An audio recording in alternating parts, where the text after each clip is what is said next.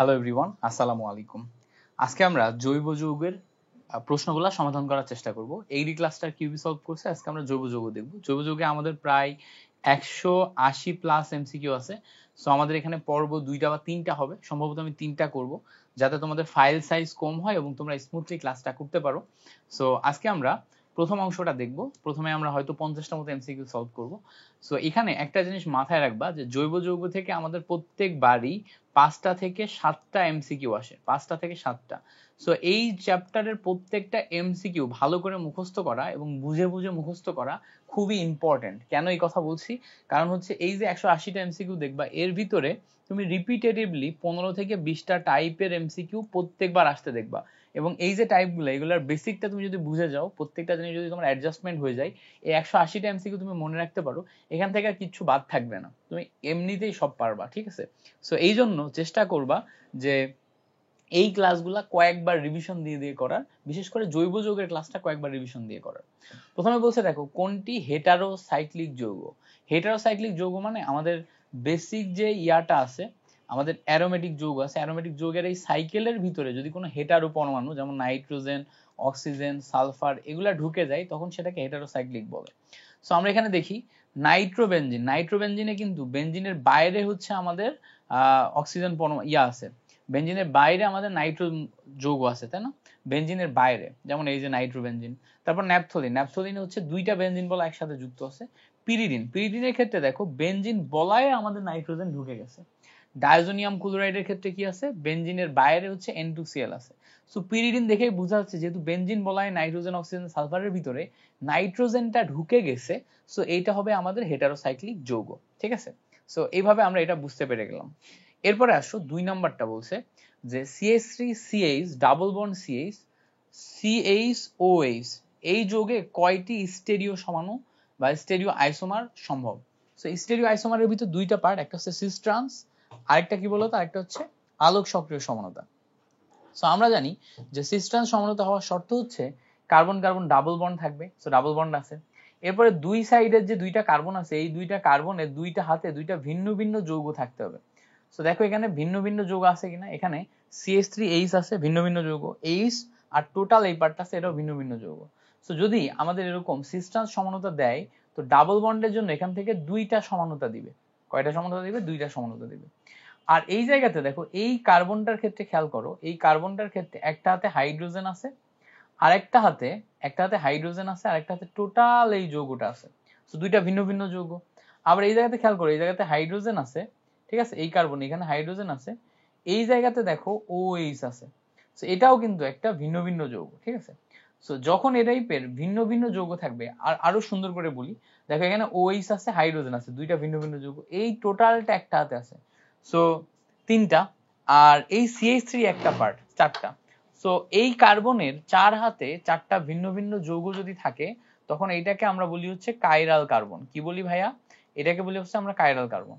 আর যদি কোন একটি যৌগের ভিতরে একটা কাইরাল কার্বন থাকে, তখন সেখানে 2টা সমাণু তৈরি হয়। সো দেখো, তাহলে আমাদের এখানে 2টা সমাণু আর 2টা হচ্ছে 2টা সিস ট্রান্স সমাণু আর 2টা আলোক সক্রিয় সমাণু, টোটাল মিলে সমাণু সৃষ্টি হলো কয়টা? 4টা। সো এই এমসিকিউটা মনে রাখবা, এটা রিপিট আসতে পারে। এই একটা যৌগ থেকে আসবে, একটা যৌগের ভিতরে কার্বন কার্বন ডাবল বন্ডের জন্য আমাদের সিস ট্রান্স সমাণু, আর একটা কাইরাল কার্বনের জন্য আমাদের হচ্ছে কি বলতো, আলোক সক্রিয় সমাণু। সো আমাদের এই সিস ট্রান্স এন্ড আলোক সক্রিয় মিলায়ে আমাদের এটা মনে রাখতে হবে। ওকে, পরবর্তী এমসিকিউতে আসি। বলছে আলোর উপস্থিতিতে ক্লোরিন টলুইনের সাথে বিক্রিয়া করে কি উৎপন্ন করে? সো যখন আমরা আলোর উপস্থিতিতে ক্লোরিন টলুইনের সাথে বিক্রিয়া করাই, ভালো করে খেয়াল করবা, এইটা হচ্ছে আমাদের টলুইন। হ্যাঁ, টলুইনে এখানে আমাদের কি থাকবে? অবশ্যই CH3 থাকবে। এখন যখনই আমরা এখানে ক্লোরিনের বিক্রিয়া করাবো ইউভি রের উপস্থিতিতে, তখন এই একটা করে ক্লোরিন এখান থেকে একটা করে হাইড্রোজেন অপসারণ করবে। সো এই জায়গাতে হাইড্রোজেন অপসারণ করলে CH2Cl আসে না? CH2Cl। সো এই যে CH2Cl, এই যৌগের নাম হচ্ছে বেনজাইল ক্লোরাইড। আরো যদি আরেকবার বিক্রিয়া করো, আরেকটা H অপসারিত হয়ে Cl যোগ হবে। সো এই যৌগের নাম হচ্ছে বেনজাইল ক্লোরাইড। সো আমরা মনে রাখবো, আলোর উপস্থিতিতে ক্লোরিন যদি আমরা টলুইনের সাথে বিক্রিয়া করাই, তাহলে সেখান থেকে বেনজাইল ক্লোরাইড তৈরি হয়। ঠিক আছে? ওকে, পরবর্তীতে আসো। বলছে কোনটি সবচেয়ে সুস্থির? তো সুস্থিরের ক্ষেত্রে যখনই আমরা কার্বন কার্বন ডাবল বন্ড নিব, সো কার্বন কার্বন ডাবল বন্ডের বাকি হাতগুলোতে হাইড্রোজেন থাকবে। এই হাইড্রোজেন গুলাকে যদি আমরা প্রতিস্থাপক, যেমন অ্যালকাইল গ্রুপ প্রতিস্থাপক দিয়ে প্রতিস্থাপন করতে পারি, তাহলে যেই যৌগে যত বেশি প্রতিস্থাপক থাকবে সে তত বেশি সুস্থির। আবার বলি, যেই যৌগে যত বেশি প্রতিস্থাপক থাকবে সে তত বেশি সুস্থির। যেমন বি নাম্বারে দেখো একটা দুইটা প্রতিস্থাপক আছে, তারপরে দেখো এই জায়গাতে এ নাম্বারে কোনো প্রতিস্থাপক নাই, ঠিক আছে, একটা প্রতিস্থাপক আছে, এই যে এই পার্টটা হাইড্রোজেন দ্বারা প্রতিস্থাপিত হয়েছে। সি নাম্বারে দেখো কোনো প্রতিস্থাপক নাই, একটা প্রতিস্থাপক আছে লেফট সাইডে। বাট তুমি যদি ডি নাম্বারে দেখো, ডি নাম্বারে এখানে দুইটা প্রতিস্থাপক, এখানে দুইটা প্রতিস্থাপক। সো ডি নাম্বারে আমাদের টোটাল প্রতিস্থাপক বা হাইড্রোজেনকে সরিয়ে দিতে পারে এরকম প্রতিস্থাপক আছে কয়টা? টোটাল 4টা। সো যেহেতু 4টা প্রতিস্থাপক আছে, আমাদের ডি নাম্বার হচ্ছে সবচেয়ে সুস্থির। সো আরেকবার বেসিকটা শিখি, যে যখনই আমাদের কার্বন কার্বন ডাবল বন্ড থাকবে তখন এখান থেকে যত হাইড্রোজেন আমরা প্রতিস্থাপন করতে পারবো যৌগটা তত বেশি সুস্থির। যত হাইড্রোজেন প্রতিস্থাপন করতে পারবো যৌগটা কি তত বেশি সুস্থির, ঠিক আছে। সো আচ্ছা, এটা গেল। এরপরে বলছে দেখো, ওজোনালাইসিস বিক্রিয়ায় কোন অ্যালকিন থেকে প্রোপানল এবং প্রোপানোন তৈরি হয়? সো প্রোপানল, প্রোপানল এই যৌগটা আগে দেখি, CH3 CH2 CHO, that is propanol. এবার বলছে প্রোপানোন, প্রোপানোন মানে কি? এখানে আমাদের একটা কিটোন আছে, কিটোনের CO লিখলাম, এইদিকে আমাদের CH আর এদিকে আমাদের CH। সো যখনই এটা ওজোনালাইসিস বিক্রিয়ার মাধ্যমে আসছে, তার মানে আমরা যদি রিভার্স দেখি, এখান থেকে একটা অক্সিজেন, এখান থেকে একটা অক্সিজেন অপসারণ হবে। সো এখান থেকে অক্সিজেন, এখান থেকে অক্সিজেন অপসারণ হইলে এই জায়গাতে carbon CH double bond C তৈরি হবে। এই সাইডে একটা CH3, এই সাইডে একটা CH3, এই তৈরি হলো। অ্যান্ড দেন এরপরে এই সাইডে CH2, এই সাইডে CH3। সো এইভাবে আমরা যৌগটা তৈরি করতে পারলাম। এই যে যৌগটা তৈরি হলো, এই যৌগটা কোথায় আছে সেটা আমাদেরকে একটু খুঁজে দেখতে হবে। তো যৌগটা যদি আমরা একটু দেখার চেষ্টা করি, তাহলে দেখতে পাবো যে 3টা কার্বন সংখ্যা কোথায় আছে, এ নম্বরে 1টা 2টা 3টা, অ্যান্ড দেন দেখো এখানে কার্বনের সাথে 2টা CH3। সো আমাদের right answer is option A. এইভাবে আমরা রিভার্স মেথডে চিন্তা করে ওজোনালাইসিস বিক্রিয়া কিন্তু করতে পারি। সো ওজোনালাইসিস বিক্রিয়া শর্ট ট্রিক নিয়ে আমার একটা শর্ট ভিডিও দেয়া আছে ইউটিউবে, আবার হচ্ছে টেলিগ্রাম গ্রুপে আমি তোমাদের দিছি কিনা জানি না। সো এই শর্ট ট্রিক ভিডিওটা তোমরা দেখবা, এই শর্ট ট্রিক ভিডিওটা দেখলে এখান থেকে তুমি রিভার্স ওয়েতে কিভাবে চিন্তা করতে হবে, অরিজিনাল ওয়েতে কিভাবে চিন্তা করতে হবে, ট্রিকটা শিখে যাবা, ঠিক আছে। পরের এমসিকিউটাতে আসি। বলছে কি যে CH3 CH2 Cl, অর্থাৎ এটা হচ্ছে অ্যালকাইল হ্যালাইড, এর সাথে সোডিয়াম বিক্রিয়া করছে এবং হচ্ছে ড্রাই ইথারের উপস্থিতিতে। তাহলে এটা কি রিঅ্যাকশন বলো তো? এটা হচ্ছে উডস রিঅ্যাকশন। উডস রিঅ্যাকশনে কি হয়, এই সোডিয়াম এই ক্লোরিনকে নিয়ে অপসারণ করে ফেলে। সো সোডিয়াম যদি ক্লোরিনকে নিয়ে অপসারণ করে ফেলে, তাহলে CH3 CH2 CH2 এইটা 2 মোল থাকে, 2 মোল আরেক মৌলজে এর সাথে অ্যাড হয়ে যায়, CH2 CH2 CH3। সো দেখো 2 মোল অ্যাড হয়ে যায়, এটা এক পার্ট আর এটা একটা পার্ট, দুইটা মিলে আমাদের ডাবল সংখ্যক তোমার অ্যালকেন প্রস্তুত হয়, মানে কার্বন সংখ্যা দ্বিগুণ করে আমরা অ্যালকেন পাই। সে অ্যালকেনের নাম কি? অ্যালকেনের নাম হচ্ছে হেক্সেন। এই বিক্রিয়াটার নাম কি? এই বিক্রিয়ার নাম হচ্ছে উডস বিক্রিয়া। তোমরা খাতায় দেখলেই বুঝতে পারবা, ঠিক আছে। এরপরে বলছে দেখো, নিচের কোনটি ইলেকট্রোফাইল? ইলেকট্রোফাইল মানে কি? ইলেকট্রনের প্রতি আকর্ষণ আছে। সো ইলেকট্রনের প্রতি আকর্ষণ কার থাকবে? যার ডি অরবিটাল ফাঁকা থাকবে। যার ডি অরবিটাল ফাঁকা থাকবে সে ইলেকট্রনকে নিতে পারবে, দ্যাটস ওয়াই তার ইলেকট্রনের প্রতি আকর্ষণ থাকবে। সো এই যৌগটা হচ্ছে আমাদের অ্যালুমিনিয়াম ক্লোরাইড। কেবল অ্যালুমিনিয়াম ক্লোরাইডে ইলেকট্রন বা ইলেকট্রন নেওয়ার জন্য ডি অরবিটাল ফাঁকা আছে। সো বাকি দেখো OH মাইনাস, H2O, NH3 প্রত্যেকটাতে এক জোড়া করে মুক্ত জোড় ইলেকট্রন আছে, ঠিক আছে। এবার বলতে থাকো কোনটি নিউক্লিওফাইল? নিউক্লিওফাইল কারা? নিউক্লিওফাইল মানে হচ্ছে যার নিউক্লিয়াসের প্রতি বা পজিটিভের প্রতি আকর্ষণ আছে।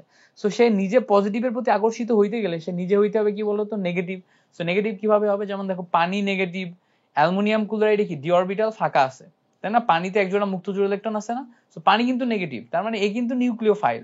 এখানে ডি অরবিটাল ফাঁকা, অ্যামোনিয়াম প্লাস আয়নে ইলেকট্রন নিতে পারবে, নাইট্রো প্লাস আয়ন ইলেকট্রন নিতে পারবে। সো দেখো শুধুমাত্র যেটাতে ইলেকট্রন আছে সে হচ্ছে আমাদের হচ্ছে নিউক্লিওফাইল, আর বাকিগুলা কি বলতো? আমাদের ইলেকট্রোফাইল, তাই না? বাকিগুলা হচ্ছে আমাদের electrophile. So just a minute, আমার আব্বু আমাকে ফোন দিছে, আমি একটু ব্রেক নিই। ওকে, সো চলো আমরা পরবর্তী এমসিকিউ থেকে শুরু করি। সো আমরা হচ্ছে নিউক্লিওফাইল ব্যাপারটা বোঝার পরে এখন আমরা পরবর্তী এমসিকিউটাতে যাব। পরবর্তী এমসিকিউটা যদি দেখি, বলছে সবচেয়ে স্থায়ী কার্বোক্যাটায়ন কোনটি? সো স্থায়ী কার্বোক্যাটায়নের ক্ষেত্রে আমি একটা ট্রিক ব্যবহার করি। স্থায়ীর ক্ষেত্রে দেখো আমি ট্রিকটা ব্যবহার করি এরকম, FCS321। আমি এটা মনে রাখি, এটা একটা নিউমোনিক। দেখো নিউমোনিকটা একটু বুঝাই। এইটা হচ্ছে ফ্রি রেডিকাল, এটা হচ্ছে কার্বোক্যাটায়ন, এটা হচ্ছে স্টেবিলিটি অর্ডার। সো যখনই আমি ফ্রি রেডিকাল, কার্বোক্যাটায়ন এগুলার স্টেবিলিটি অর্ডার দেখব, তখন সেটা হচ্ছে 321, মানে সবচেয়ে বেশি 3, তারপরে 2, তারপরে 1। তো এখানে যদি দেখি, এখানে কার্বোক্যাটায়ন বলছে, অর্থাৎ কার্বোক্যাটায়নের স্টেবিলিটি অর্ডার হবে হচ্ছে 3, 2, 1। তো 3 ডিগ্রি সবচেয়ে বেশি। সেখানে খুঁজতে হবে 3 ডিগ্রি কোনটা। 3 ডিগ্রি দেখো এই কার্বনের 3 সাইডে 3টা আর আছে, তার মানে এটা 3 degree. So D is the correct answer. এবার কার্বানায়ন আছে না, কার্বানায়ন, কার্বানায়নকে কি আছে, কার্বানায়নকে আমরা অ্যানায়ন বলি, ঠিক আছে। সো অ্যানায়ন, কার্বানায়ন, কার্বানায়ন বা অ্যানায়ন যেটা আছে, অ্যানায়নের স্টেবিলিটি অর্ডারকে আমি এস বলি, এস 123। সো আমি এই নাম্বারটা এইভাবে মনে রাখি নিমোনিক আকারে, FCS 321 আর এস হচ্ছে 123। অর্থাৎ অ্যানায়নের স্টেবিলিটি অর্ডার হচ্ছে 123, বাট কার্বানায়নের স্টেবিলিটি অর্ডার কি 3, 2, 1, 321, অর্থাৎ 3 ডিগ্রি, 2 ডিগ্রি, 1 ডিগ্রি, এভাবে মনে রাখবা। এবার বলছে দেখো নিচের কোনটি সবচেয়ে শক্তিশালী অ্যাসিড। সো এখানে একটা অ্যাসিড দেয়া আছে, অ্যাসিডগুলোর ভিতরে সবচেয়ে শক্তিশালী অ্যাসিড কোনটা সেটা বের করতে হবে। সো আমরা জানি যখনই আমরা কার্বক্সিলিক অ্যাসিড নিই, কার্বক্সিলিক অ্যাসিডে শক্তিশালী কে বেশি কে কম এটা ডিপেন্ড করে হচ্ছে প্রতিস্থাপকের সংখ্যার উপর। সাপোজ ধরো এখানে প্রতিস্থাপক ফ্লোরিন, ক্লোরিন, ব্রোমিন, আয়োডিন দেয়া আছে, এর ভিতরে ক্লোরিন প্রতিস্থাপক দেয়া আছে, এই হাইড্রোজেনকে প্রতিস্থাপন করছে, এবং প্রতিস্থাপক একটা দেয়া আছে।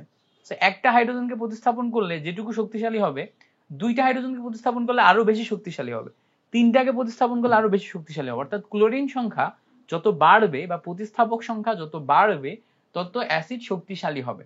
এখন এখানে যেই ফ্লোরিন, ক্লোরিন, ব্রোমিন আছে, এদের ভিতরে আবার অর্ডার আছে। যদি ফ্লোরিন দিয়ে প্রতিস্থাপন হয় তাহলে বেশি শক্তিশালী অ্যাসিড, যদি ক্লোরিন দিয়ে প্রতিস্থাপন হয় তাহলে একটু কম, ব্রোমিন দিয়ে আরেকটু কম, আয়োডিন দিয়ে আরো কম। সো এইগুলার ভিতরে আবার কে আছে তার উপরেও ডিপেন্ড করবে। যেমন দেখো এই জায়গাতে যদি খেয়াল করে দেখি, এখানে ব্রোমিন দিয়ে প্রতিস্থাপন, এখানে ক্লোরিন দিয়ে প্রতিস্থাপন, এখানে ফ্লোরিন দিয়ে প্রতিস্থাপন, ঠিক আছে। সো ফ্লোরিন, ক্লোরিন, ব্রোমিনের মধ্যে ব্রোমিনের স্টেপ তোমার হচ্ছে সক্রিয়তা সবচেয়ে বেশি, এজন্য ফ্লোরিনটা হবে সবচেয়ে শক্তিশালী অ্যাসিড। এবার এই ফ্লোরিনের ভিতরে আবার ডিপেন্ড করবে কয়টা ফ্লোরিন। একটা ফ্লোরিন হলে যতটুকু শক্তিশালী, দুইটা হলে আরো বেশি শক্তিশালী, তিনটা হলে আরো বেশি শক্তিশালী। সো এখানে তোমার হচ্ছে কয়টা ফ্লোরিন দিয়ে প্রতিস্থাপিত হচ্ছে তার উপরেও ডিপেন্ড করবে, ঠিক আছে। সো এইভাবে আমরা কোনটি সবচেয়ে শক্তিশালী অ্যাসিড সেটা বের করতে পারবো।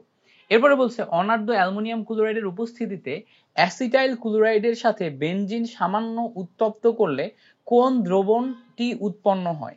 সো অনার্দ্র অ্যালুমিনিয়াম ক্লোরাইডের উপস্থিতিতে অ্যাসিটাইল ক্লোরাইডের সাথে বেনজিন সামান্য উত্তপ্ত করলে কোনটি তোমার হচ্ছে তৈরি হয় সেটা বের করতে হবে।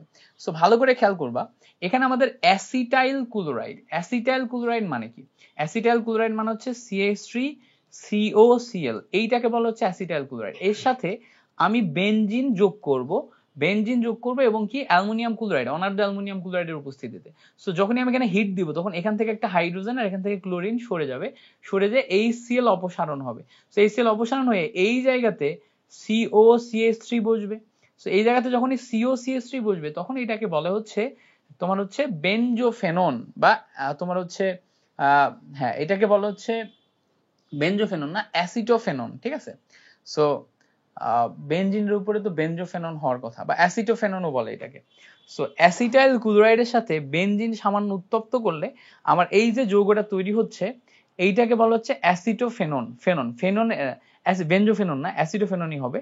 সো অ্যাসিটোফেনন, বেনজোফেনন মেবি দুইটাই একই জিনিস। আমার এক্সাক্ট এই মোমেন্টে ডিফারেন্সিয়েশনটা আসতেছে না মাথায় যে কি কি ছিল, বাট প্রত্যেকটা জিনিস, এটাই হচ্ছে তোমার জৈব যৌগের প্রবলেম, বুঝছো, যে তুমি সব জানো বাট একটা মোমেন্টে যে তোমার মনে হবে আরে এইটা হবে না, এটা হবে, এটা হবে না, এটা তোমাকে কনফিউজিং লাগবে। তুমি যতই প্র্যাকটিস করো তোমার কনফিউজিং লাগবে। তুমি আমি ধরো প্রায় 6 বছর যাবত পড়াচ্ছি, তারপরেও আমার অনেক ক্ষেত্রে অনেক ওয়ার্ড কনফিউজিং লাগে, কারণ সবসময় তো আমি প্র্যাকটিস করি না। এজন্য পরীক্ষার আগের দিন সবকিছু প্র্যাকটিস করে যেতে হয়। সো এই জিনিসটার নাম হচ্ছে অ্যাসিটোফেনন, ঠিক আছে, অ্যাসিটোফেনন। সো আশা করি বুঝতে পারছি এটা কিভাবে করলাম। এরপরে আসো আমরা পরবর্তী এমসিকিউটাতে যাই। বলছে অ্যাসিড ক্লোরাইড, অ্যাসিড ক্লোরাইড মানে কি, অ্যাসিড ক্লোরাইড মানে হচ্ছে ওই যে ওইটা CH3COCl, এটা হচ্ছে অ্যাসিড ক্লোরাইডের সাথে অ্যামোনিয়া বা প্রাইমারি অ্যামিন বিক্রিয়া করে কি উৎপন্ন হয়। সো এখানে আমরা অ্যামোনিয়া যোগ করব, অ্যামোনিয়া যোগ করব বা প্রাইমারি অ্যামিন, এই জায়গাতে আর NH2 এটাও যোগ করতে পারি। সো যেটার সাথেই যোগ করি, যোগ করলে দেখো এখান থেকে ক্লোরিন আর এখান থেকে আর অপসারিত RCl তৈরি করবে, এখান থেকে ক্লোরিন আর এখান থেকে H অপসারিত হয়ে HCl তৈরি করবে, করে এই অংশটা এখানে তো বসে যাবে। বসে গেলে দেখো CH3CONH2 পাওয়া যায়। এই যে CH3CONH2 পাওয়া যায় এটাকে বলা হচ্ছে অ্যাসিড অ্যামাইড। এটার নাম কি, এটার নাম হচ্ছে অ্যাসিড অ্যামাইড। সো এই যে অ্যাসিড অ্যামাইড এটা হচ্ছে এখান থেকে উৎপত্তি হবে। সো আমাদের বুঝে বুঝে প্রত্যেকটা জিনিসপত্রের সংকেত সহ প্রত্যেকটা এমসিকিউ মনে রাখতে হবে, তাহলে আমরা পারবো। এরপরে বলছে দেখো হফম্যান ক্ষুদ্রাংশকরণ বিক্রিয়ায় কি উৎপন্ন হয়। দেখো উৎপন্ন কি হয় এটা খুব মজাদার একটা জিনিস। দেখো হফম্যান ক্ষুদ্রাংশকরণ বিক্রিয়ায় আমরা অ্যাসিড অ্যামাইড ব্যবহার করি। অ্যাসিড অ্যামাইড ব্যবহার করে যখন বিজারণ করি তখন মাঝখান থেকে এই সিও মূলকটা বের হয়ে যায় সোডিয়াম কার্বনেট আকারে, বের হয়ে যে CH3NH2 তৈরি হয়। এই যে বের হয়ে যে CH3NH2 তৈরি হলো এইটাকে বলে এখন অ্যামিন। এটাকে বলে কি অ্যামিন, RNH2 অ্যামিন। অ্যামিন আরো স্পেসিফিক ভাবে বললে এটা হচ্ছে প্রাইমারি অ্যামিন, কারণ কি অ্যামিনে অ্যালকাইল মূলকের সংখ্যা কয়টা, একটা। সো এটা হচ্ছে আমাদের প্রাইমারি অ্যামিন। সো আমরা হফম্যান ক্ষুদ্রাংশকরণ বিক্রিয়ায় ক্ষুদ্রাংশকরণ করে প্রাইমারি অ্যামিন তৈরি করি, ঠিক আছে। তাহলে দ্যাটস ইট। এরপরে আসো ইথানলের স্ফুটনাঙ্ক কত। ইথানলের স্ফুটনাঙ্ক আমাদের মুখস্থ রাখতে হবে, 78 ডিগ্রি সেন্টিগ্রেড টেম্পারেচার হচ্ছে আমাদের ইথানলের স্ফুটনাঙ্ক। এরপরে বলছে দেখো বেনজিন বলয়ে দুইটা প্রতিস্থাপক যুক্ত হলে কয়টি সমাণু সম্ভব। সো দেখো এখানে আমরা বেনজিন বলয় নিলাম, এই বেনজিন বলয়ে আমরা যদি এখন এই জায়গাতে OH নিই আর এখানে যদি ক্লোরিন নিই তাহলে প্রতিস্থাপক কয়টা গেল দেখো তো। প্রতিস্থাপক গেল হচ্ছে দুইটা গেলে একটা অর্থ পজিশনে যায়, একটা মেটা পজিশনে যায়, একটা প্যারা পজিশনে যায়। তাহলে প্রতিস্থাপক দুইটা গেলে আমাদের টোটাল সমাণু হওয়া সম্ভব হচ্ছে তিনটা, একটা অর্থ, একটা মেটা, একটা প্যারা। সো যখনই আমরা বেনজিন বলয়ে দুইটা প্রতিস্থাপক যুক্ত করব তখন তিনটা সমাণু পাবো, এটা আমাদের মুখস্থ রাখতে হবে, ঠিক আছে। এবার বলছে দেখো ফর্মালডিহাইডের কত পার্সেন্ট জলীয় দ্রবণকে আমরা ফরমালিন বলি। সো ফরমালিনে আমাদের জলীয় দ্রবণ থাকে হচ্ছে 37 থেকে 40%, কোনো কোনো বইতে শুধু 40% দেয়া আছে। তো 37 থেকে 40% এইটা হচ্ছে আমাদের সেই প্রতিস্থাপকের মাত্রা, যে আমরা যদি ফর্মালডিহাইডে 37 থেকে 40% তোমার জলীয় দ্রবণ নিই তখন আমরা ফরমালিন পাই। এবার বলছে দেখো নিচের কোনটি ভিনাইল ক্লোরাইডের সংকেত। সো ভিনাইল ক্লোরাইডের সংকেত হচ্ছে CH2 ডাবল বন্ড CHX, এই যৌগটাকে আমরা ভিনাইল যৌগ বলি। সো এই জায়গাতে আমরা যদি CH2 ডাবল বন্ড CHCl দিই তখন যৌগটার নাম হয়ে যায় ভিনাইল ক্লোরাইড। তখন যৌগটার নাম কি হয়, ভিনাইল ক্লোরাইড। সো আমরা একটু দেখবো এখানে কোন যৌগটা এটার সাথে ম্যাচ করে। দেখো তো এখানে হাইড্রোজেন সংখ্যা 3টা, কার্বন সংখ্যা 2টা, একটা ক্লোরিন আছে না। সো এখানে দেখো দুইটা কার্বন, 3টা হাইড্রোজেন, একটা chlorine. So option D is the correct answer. এবার বলছে দেখো টলুইন কোন বিক্রিয়ার মাধ্যমে TNT উৎপন্ন করে। সো টলুইন মানে কি, দেখো এই জায়গাতে আমাদের বিক্রিয়ার উপরে তোমার হচ্ছে CH3 আছে। সো এটা হচ্ছে আমাদের টলুইন। এখন টলুইন তুমি যদি নাইট্রেশন করলে তোমার হচ্ছে 2 নাইট্রোটলুইন তৈরি হবে, 4 নাইট্রোটলুইন তৈরি হবে, 6 নাইট্রোটলুইন তৈরি হবে, 6 নাইট্রোটলুইন তৈরি হবে। সো 2 4 6 ট্রাই নাইট্রোটলুইনকে আমরা বলি হচ্ছে TNT। আবার বলি 2 4 6 ট্রাই নাইট্রোটলুইন, টি তে ট্রাই, এন তে নাইট্রো, টি তে টলুইন। সো 2 4 6 ট্রাই নাইট্রোটলুইনকে আমরা বলি হচ্ছে TNT। অর্থাৎ আমরা টলুইন নিলাম এবং টলুইনকে যদি আমরা নাইট্রেশন করি তাহলে 2 4 6 ট্রাই নাইট্রোটলুইন তৈরি হয়, আর যেটাকে আমরা TNT বলি। তাহলে আমাদের অপশনের A number will be the correct answer. এরপরে আসো 19 নাম্বারটা দেখি আমরা। বলছে কোনটি পলিথিনের মনোমার। তো ইথিন থেকে পলিথিন তৈরি হয়, তাহলে ইথিন থেকে পলিথিন তৈরি হলে আমাদের মনোমার কি হবে, অবশ্যই ইথিলিন বা ইথিন, ঠিক আছে, ইথিলিন বলা যেতে পারে। এবার বলছে দেখো 1 2 3 ডিগ্রি অ্যালকাইল হ্যালাইড SN1 বিক্রিয়ার ক্রম কোনটি। দেখো যখনই আমরা SN1 বিক্রিয়া দেখবো, SN1 বিক্রিয়ার ক্ষেত্রে মনে রাখতে হবে SN13 মানে 1 ডিগ্রি বিক্রিয়ার ক্ষেত্রে আমাদের তোমার হচ্ছে সক্রিয়তার যে ক্রম সেটা হচ্ছে 3 ডিগ্রি। সো 13 মানে 3 ডিগ্রি, তারপর 2 ডিগ্রি, তারপরে 1 ডিগ্রি, অর্থাৎ SN13 3 ডিগ্রি 2 ডিগ্রি 1 ডিগ্রি। অর্থাৎ আমরা যখনই দেখবো যে অ্যালকাইল হ্যালাইড SN1 তখন 3 ডিগ্রি সবচেয়ে বেশি সক্রিয়। So right answer will be 3 2 1, অর্থাৎ অপশন A, ঠিক আছে। এগুলো কিন্তু আমার নিজের তৈরি করা ট্রিক, যেগুলো ব্যবহার করে আমি এই জিনিসপত্রগুলো মনে রাখি। কারণ কি যদি আমি এভাবে সংখ্যা বা নিমোনিকের মাধ্যমে মনে না রাখি বারবারই আমি ভুলে যেতে থাকবো। সো ভুলে তো যাওয়া যাবে না, এই জন্য আমরা ট্রিক ব্যবহার করব। এবার বলছে দেখো ক্লিমেনসন বিজারণে বেনজালডিহাইড হতে নিম্নের কোনটি উৎপন্ন হয়। সো আমাদের বেনজালডিহাইড থেকে কোনটি উৎপন্ন হয় সেটা বের করতে হবে। সো আমাদের কাছে বেনজালডিহাইড আছে, বেনজালডিহাইড মানে কি, সো বেনজিনের উপরে অ্যালডিহাইড, বেনজালডিহাইড। এখন এইটাকে যদি আমরা ক্লিমেনসন বিজারণ করি, ক্লিমেনসন বিজারণে আমাদের ওই যে জিঙ্ক ক্লোরাইডের সাথে HCl থাকে, আই গেস আমার যতটুকু মনে পড়ে। সো এই যে এই জায়গা থেকে আমরা পর্যাপ্ত পরিমাণে জায়মান হাইড্রোজেন বা ন্যাসকেন্ড হাইড্রোজেন পাই, যেই হাইড্রোজেন এখানে যে ডাবল বন্ড ভেঙে ফেলে পানি তৈরি করে আর এখানে CH3 তৈরি করে। সো এটা তখন কি হয়ে যাবে, বেনজালডিহাইড থেকে CH3 হয়ে যাবে। CH3 হলে সেটার নাম কি, সেটার নাম হচ্ছে টলুইন। অর্থাৎ বেনজিনের উপরে আমরা যদি বিজারণ করি অক্সিজেন চলে যাবে, ডাবল বন্ড ভেঙে যাবে, সো এই CH3 হয়ে যাবে। সো CH3 হয়ে গেলে তখন আমরা পাবো হচ্ছে টলুইন। অর্থাৎ আমরা ক্লিমেনসন বিজারণে বেনজালডিহাইড থেকে পেলাম হচ্ছে টলুইন। That's it. এরপরে বলছে দেখো কোনটি আলোক সক্রিয়। সো এখানে আমাদের আলোক সক্রিয়তা খুঁজতে হবে। সো আলোক সক্রিয় খোঁজার ট্রিক কি, কাইরাল কার্বন থাকতে হবে। কাইরাল কার্বন, যেই কার্বনের 4 হাতে 4টা ভিন্ন ভিন্ন জিনিস থাকে তাকে আমরা কাইরাল কার্বন বলি। সেখানে খুঁজতে হবে কোনটা 4 হাতে 4টা ভিন্ন ভিন্ন জিনিস আছে, সেটাই হচ্ছে আমাদের কাইরাল কার্বন। সো এই জায়গাতে আমরা যদি একটু ভালো করে খেয়াল করে দেখি, প্রথম যৌগটা দেখি, প্রথম যৌগে দেখো এই জায়গায় CH3 আর এখানে CH3 মিলে যায় এই কার্বনের, সেটা কাইরাল কার্বন না। বাট এই জায়গাতে দেখো কার্বন, এখানে 2টা ক্লোরিন আছে, সেটাও কাইরাল কার্বন না। এখানে কার্বন 2টা ক্লোরিন আছে, এটাও কাইরাল কার্বন না। বাট এখানে যদি খেয়াল করে দেখো একটা মিথেন, একটা ক্লোরিন, একটা ফ্লোরিন, একটা OH। সো কার্বনের 4 হাতে 4টা ভিন্ন ভিন্ন যৌগ, so that will be the chiral carbon. So এটাই হচ্ছে আমাদের আলোক সক্রিয় সমানুতা দিবে। এবার বলছে দেখো একটি জৈব যৌগে N বা নাইট্রোজেন শনাক্তকরণে, N বা নাইট্রোজেন শনাক্তকরণে কোন পরীক্ষাটি ব্যবহার হয়, এটা হচ্ছে লেসাইন পরীক্ষা। এটা একটু মনে রাখবা, লেসাইন পরীক্ষাটা সচরাচর খুব একটা আসে না। আমি চিন্তা করছি লেসাইন পরীক্ষার উপরে একটা ভিডিও বানাবো, এবং এটাও চিন্তা করছি যে আমার এই শর্ট ভিডিওগুলা বানানোর জন্য একটা আমি আলাদা চ্যানেল খুলবো, বুঝছো, আলাদা চ্যানেল খুলবো। আমাদের এই যে বিদ্যার্থী, আমাদের মেইন হচ্ছে প্ল্যাটফর্মের নাম। সো মিল্টন খন্দকার ভাইয়া যেই প্ল্যাটফর্মটা চালাবে ইন ফিউচার, বা যেই প্ল্যাটফর্মটা খুলতে চায়, সেটা হচ্ছে বিদ্যার্থী নামে হবে। অ্যান্ড এটাতে একটা চ্যানেল খুলে এরকম শর্ট টপিক গুলাতে শর্ট ভিডিও প্রতিদিনই 2টা-3টা করে আপলোড দিব। আমার হাতে সময় থাকে, স্ক্রিন রেকর্ড করে অনায়াসে তুমি হচ্ছে আমি করতে পারবো প্রতিদিন। সো ইনশাল্লাহ চেষ্টা করব যে এই চ্যানেল খুলে শুধু এখানে কেমিস্ট্রি পড়ানোর জন্য, ঠিক আছে, কেমিস্ট্রি পড়ানোর জন্য। আর আমার চ্যানেলে তো বাকি ভিডিওগুলো থাকবেই। সো লেসাইন পরীক্ষা সচরাচর একটা আসে না। তোমাকে মনে রাখতে হবে যে যখনই আমরা নাইট্রোজেন শনাক্তকরণ করব, নাইট্রোজেন শনাক্তকরণের জন্য আমাদের পরীক্ষার নাম হচ্ছে লেসাইন পরীক্ষা। সো এটার নাম কি, লেসাইন পরীক্ষা। সো এটা মনে রাখবা। এরপর আসো বলছে যে CO OCO CH3 এই যৌগটার নাম কি। দেখো এটা হচ্ছে অ্যাস্টারের কার্যকারী মূলক, RCR অ্যাস্টার, এটা পড়ছি না। তো CW, এখানে এই সাইডে কি আছে বলতো, আমাদের আরেকটা আর আছে না। সো এইখানে একটা আর, এখানে একটা আর। সো এটা হচ্ছে অ্যাস্টারের কার্যকরী মূলক, ঠিক আছে, আমাদের মনে রাখতে হবে। এবারে বলছে দেখো জৈব যৌগের অণুতে 2টি ভিন্ন প্রকার অপ্রতিসম কার্বন থাকলে, অপ্রতিসম কার্বন মানে কি, কাইরাল কার্বন থাকলে কয়টি আলোক সক্রিয় সমানুতা দেয়। সো এটার ফর্মুলা হচ্ছে 2 to the power n। n হচ্ছে কাইরাল কার্বন সংখ্যা। সো যদি আমাদের 2টা কাইরাল কার্বন থাকে তাহলে 2 টু দি পাওয়ার 2, অর্থাৎ আলোক সক্রিয় সমানুতা সংখ্যা কয়টা, 4টা। সো আবার বলি, যদি আমাদের অপ্রতিসম কার্বন বা কাইরাল কার্বন থাকে, সো কাইরাল কার্বনের মাধ্যমে আমাদের সমানুতা বের করার ফর্মুলা হচ্ছে 2 টু দি পাওয়ার n, অর্থাৎ এখানে আসবে হচ্ছে 4। এবার বলছে দেখো বেনজিনকে গাঢ় নাইট্রিক অ্যাসিড এবং গাঢ় সালফিউরিক অ্যাসিড দ্রবণের সাথে বিক্রিয়া করালে বেনজিনে কি উৎপন্ন হয়, ঠিক আছে। সো দেখো এখানে এই যে বিক্রিয়াটা হবে, গাঢ় নাইট্রিক অ্যাসিড এবং সালফিউরিক অ্যাসিড যখন একসাথে থাকবে, ধরো আমরা এখানে একটা বেনজিন নিলাম।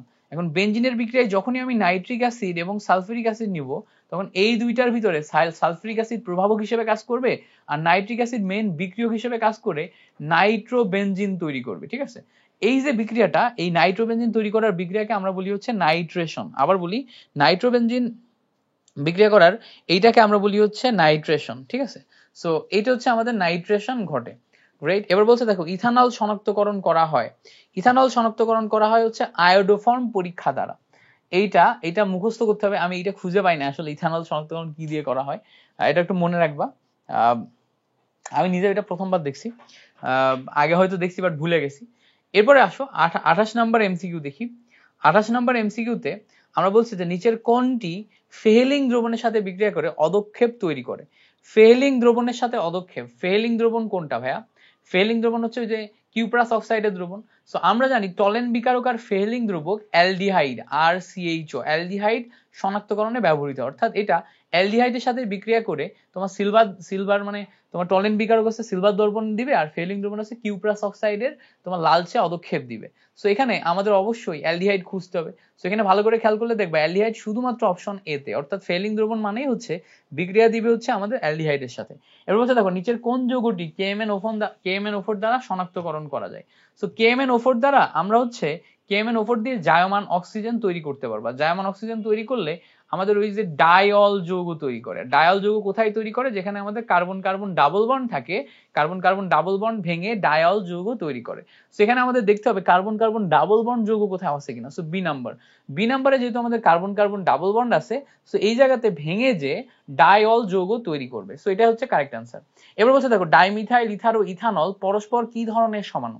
আবার বলি ডাইমিথাইল ইথার ও ইথানল কি ধরনের সমাণু। তো দেখো একটা হচ্ছে ইথার আছে, ইথার কি ডাইমিথাইল ইথার, আর একটা হচ্ছে ইথানল, ইথানল মানে কি অ্যালকোহল ওএইচ।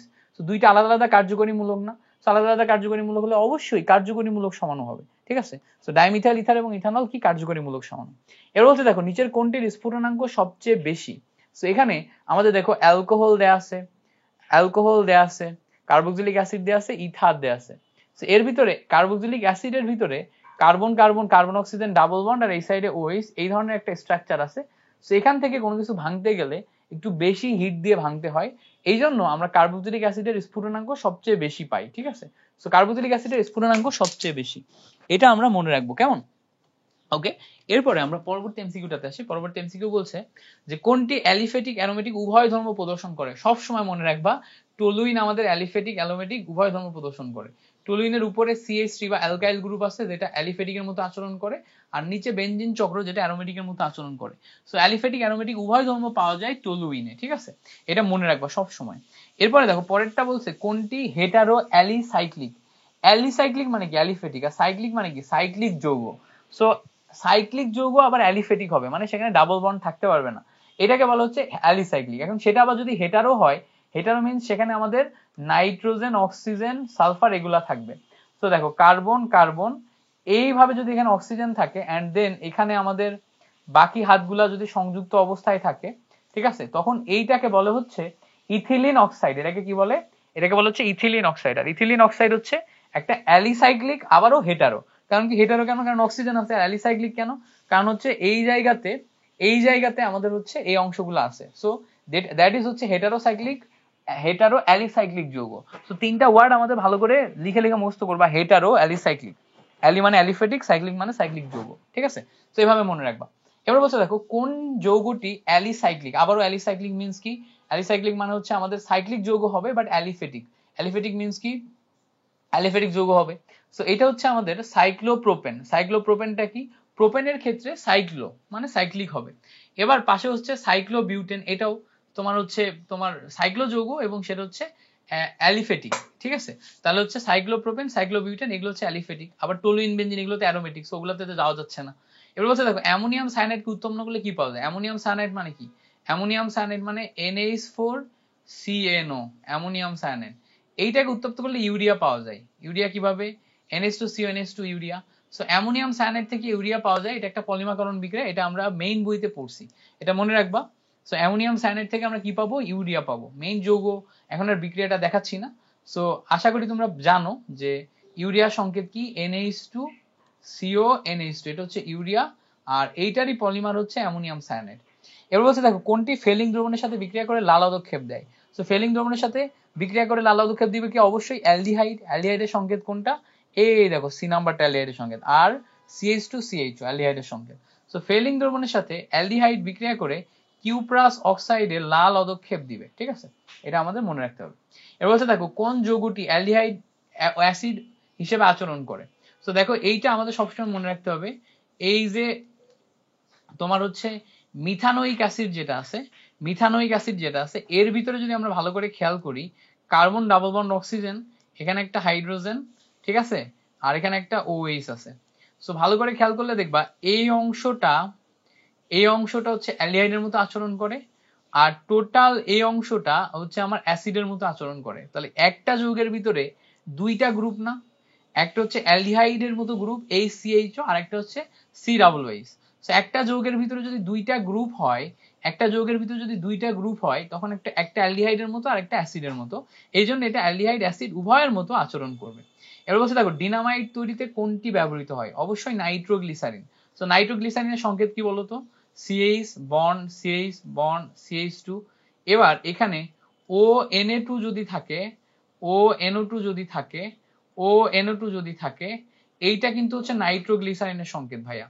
এইটা হচ্ছে আমাদের কি নাইট্রোগ্লিসারিনের সংকেত। আর এই নাইট্রোগ্লিসারিনের সংকেত দিয়ে আমরা ডিনামাইট তৈরি করি।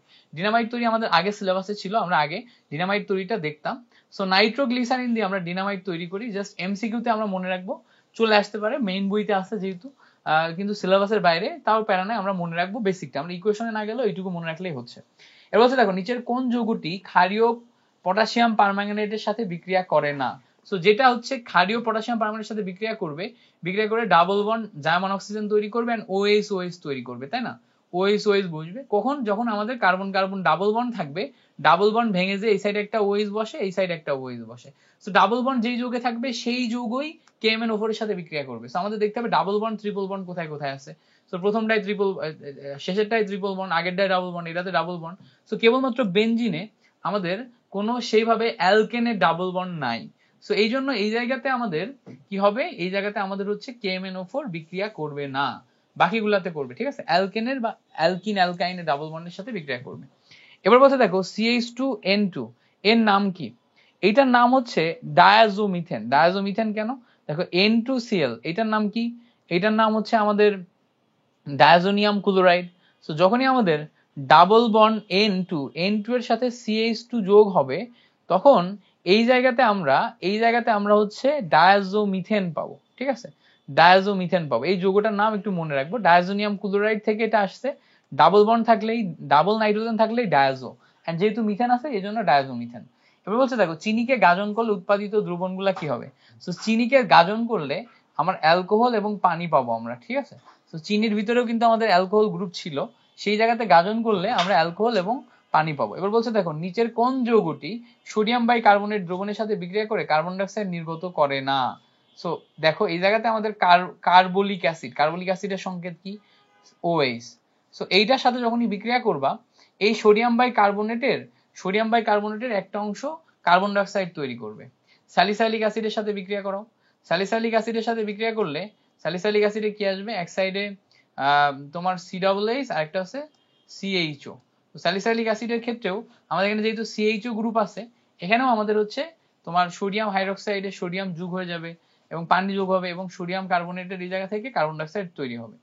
এবার দেখো তোমার 4-নাইট্রোবেনজিন যেটা আছে, সো এটার ক্ষেত্রেও দেখো বেনজিনের ক্ষেত্রে 4-নাইট্রোবেনজিন বেনজোইক অ্যাসিড, সেখানে COOH আছে আর এখানে হচ্ছে আমাদের নাইট্রোমূলক আছে। এই নাইট্রোমূলকের জন্য এও কার্বন ডাই অক্সাইডকে অপসারণ করবে। বাট যেখানে শুধু বেনজোইক অ্যাসিড, শুধু COOH কখনো বিক্রিয়া করে আমাদের এখান থেকে কার্বন ডাই অক্সাইড অপসারণ করতে পারে না। সেটা মনে রাখবো যে শুধু বেনজোইক অ্যাসিড আমাদের পারে না। সো এই যে টোটাল এমসিকিউটা, এই এমসিকিউটা এইভাবেই মনে রাখবো যাতে আমরা পরীক্ষাতে পারফর্ম করে আসতে পারি। এবার বলতে দেখো ফলের মিষ্টি গন্ধের জন্য কোনটি দায়ী? অ্যাস্টারের কারণে ফলের মিষ্টি গন্ধ পাওয়া যায়। কার্বিলামিন গঠন করে কোন যৌগ? অবশ্যই প্রাইমারি অ্যামিন কার্বিলামিন গঠন করে, ঠিক আছে? প্রাইমারি অ্যামিনের সাথে কার্বিলামিন বিক্রিয়া করে কার্বিলামিন যৌগ গঠন করে, ঠিক আছে? এবার বলতে দেখো ইথাইল অ্যাসিটোঅ্যাসিটেট কোন ধরনের সমতা প্রদর্শন করে? সো ইথাইল অ্যাসিটোঅ্যাসিটেট যৌগটা আগে ভালো করে দেখবা। অ্যাসিটোঅ্যাসিটেট যৌগের সংকেত কি? CH3COO, এটাকে বলা হচ্ছে অ্যাসিটোঅ্যাসিটেট। এবং ইথাইল যৌগটা কি? C2H5, এটা হচ্ছে ইথাইল। সো এটা হচ্ছে ইথাইল আর এটা হচ্ছে অ্যাসিটেট। এই যৌগটাকে যখন এখন আমরা ভাঙবো, দেখো এই সাইডে অক্সিজেন বসলো, এখানে দেখো এখানে দেখো C2H5 আর এই সাইডে দেখো CH3 বসলো। এই যৌগটার নাম ইথাইল অ্যাসিটোঅ্যাসিটেট। এখন এই জায়গায় যদি আমাদের ও যৌগ বসলে এখান থেকে একটা হাইড্রোজেন উঠে যে এই জায়গাতে OH তৈরি করে আর এখানে কিন্তু ডাবল বন্ড তৈরি করে। তাহলে দেখো তো এখানে ডাবল বন্ড তৈরি করলে এটা হচ্ছে ইনল যৌগ তৈরি হচ্ছে না? ইনল। সো এই ইনল যৌগ দেয় কে বলতো? টটোমারিজম দেয় না? টটোমারিজমে আমাদের কার্যকরীমূলক পরস্পর চেঞ্জ হয়ে যায়। আগে আমাদের শুধু অক্সিজেন ছিল, এখন আমাদের একটা হাইড্রোজেন উঠে যে অ্যালকোহল এবং ইথেন তৈরি করছে, সো ইনল তৈরি করছে। সো এটা হচ্ছে কিটো ইনল যৌগ ছিল, বুঝছো? কিটো ইনল যৌগ। সো সেই কিটো ইনলের কিটো যৌগ কিন্তু এইটা, সে কিটো ইনল এখানে কিন্তু কিটো আছে, C+O, এইটা হচ্ছে আমাদের কিটো। আর এখানে দেখো C2H5, এখানে CH3। সো এইটা হচ্ছে আমাদের কিটো অংশ। কিটো থেকে আমাদের ইনল তৈরি করবে। কিভাবে তৈরি করবে একটু আগে দেখাইছি। দ্যাটস ওয়াই আমাদের ইথাইল অ্যাসিটোঅ্যাসিটেট টটোমারিজম দেখাবে। তো টটোমারিজম কিভাবে মনে রাখি আমরা? আমি মনে রাখি টটোমারিজম মানে হচ্ছে টতে টটোমারিজম, গতে গতিশীল। গতিশীল মানে কি? আমাদের কার্যকরীমূলক গতিশীল। কার্যকরীমূলক গতিশীল মানে কি? কার্যকরীমূলক একটা থেকে আরেকটা চেঞ্জ হয়ে যাবে। তো চেঞ্জ কিভাবে হয় এটা আমরা দেখে ফেলছি।